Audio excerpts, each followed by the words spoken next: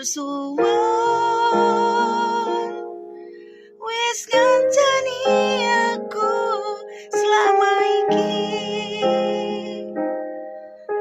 wis iso saling nguatke